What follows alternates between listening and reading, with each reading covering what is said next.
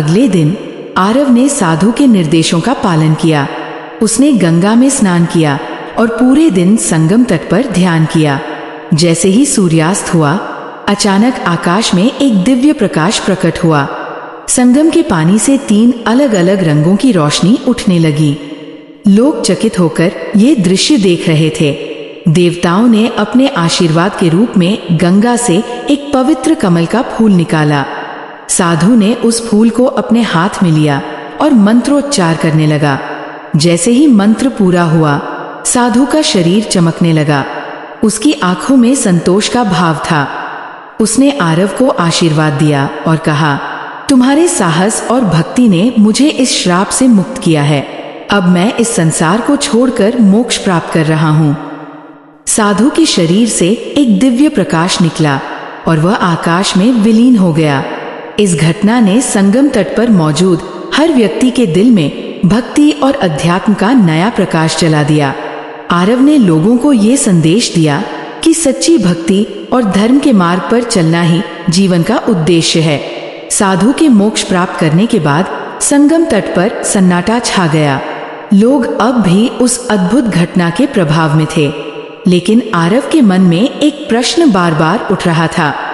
उसने साधु से पहले सुनी हुई बातों पर विचार किया। साधु ने कहा था कि ये उसका अंतिम प्रयास था, तो क्या इससे पहले भी उसने मुक्ति के लिए प्रयत्न किया था? और अगर हाँ, तो वो असफल क्यों हुआ था? आरव ने ये प्रश्न अपनी माता पिता से साझा किया, लेकिन उन्हें कोई उत्तर नहीं मिला। तभी संगम तट के पास एक वृद्ध व्यक्ति ने आरव को पुकारा। वह व्यक्ति गंगा किनारे बैठा था और उसके चेहरे पर एक गहरी शांति थी। उसने आरव को अपने पास बुलाया और कहा, साधु वशिष्ठानंद की कहानी पूरी तरह खत्म नहीं हुई है। पुत्र, जो तुमने देखा वह केवल श्राप का अंत था, लेकिन उस श्राप के पीछे का कारण अभी तक गहराई से नहीं समझा गया है। वृद्ध ने बताया कि साधु वशिष्ठानंद का श्राप केवल देवताओं के क्रोध का परिणाम नहीं था।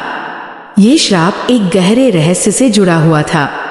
वशिष्ठानंद ने न केवल देवताओं को चुनौती दी थी, बल्कि उन्होंने एक प्राचीन शक्तिशाली ग्रंथ को छिपाने का प्रयास भी किया था।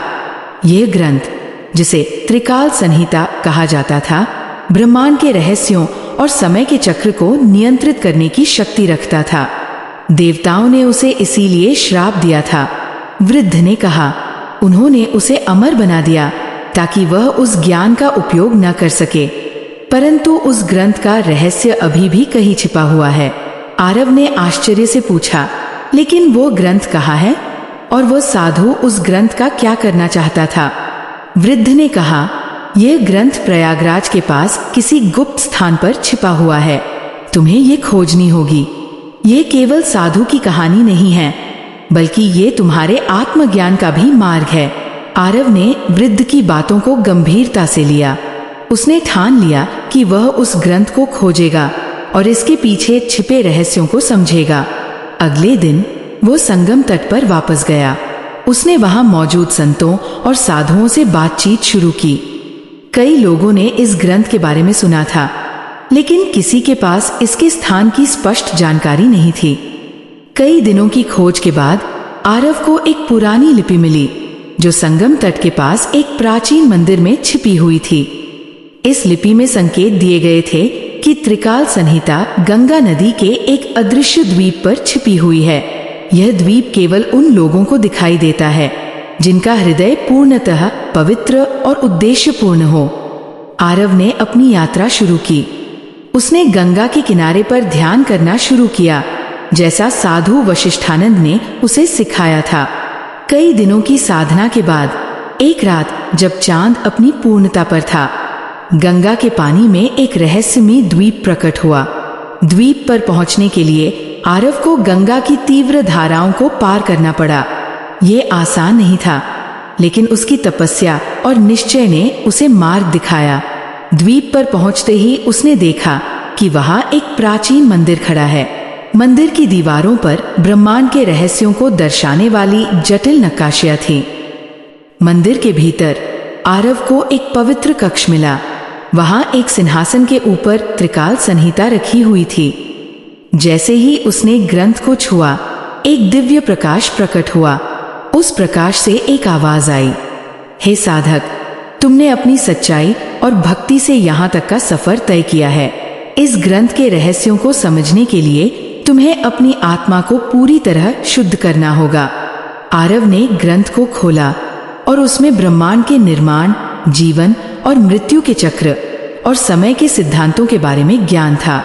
लेकिन ग्रंथ ने चेतावनी दी कि इस ज्ञान का उपयोग केवल मानवता के कल्याण के लिए किया जा सकता है। आरव ने महसूस किया कि ये ग्रंथ एक शक्ति से अधिक जिम्मेदारी है। उसने फैसला किया कि वह इसे किसी भी स्वार्थी व्यक्ति के हाथों में नहीं जाने देगा।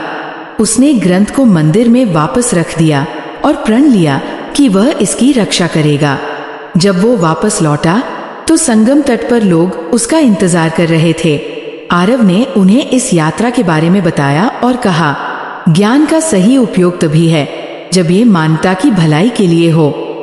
शक्ति का दुरुपयोग न केवल दूसरों को बल्कि स्वयं को भी विनाश की ओर ले जाता है। संगम तट पर यह घटना लोगों के लिए एक सीख बन गई। आरव अब केवल एक साधारण लड़का नहीं था, वह एक मार्गदर्शक बन चुका था जिसने न केवल साधु को मुक्ति दिलाई बल्कि एक प्राचीन रहस्य की रक्षा भी की। कहानी समाप्त होती है, लेकिन ये संदेश देती है कि सच्चाई, भक्ति और मानवता के प्रति समर्पण ही जीवन को सार्थक बनाता है। अगर ये वीडियो पसंद आया हो तो कृपया वीडियो को लाइक करें, शेयर करें और चैनल को सब्सक्राइब करना न भूलें। Thanks for watching this video.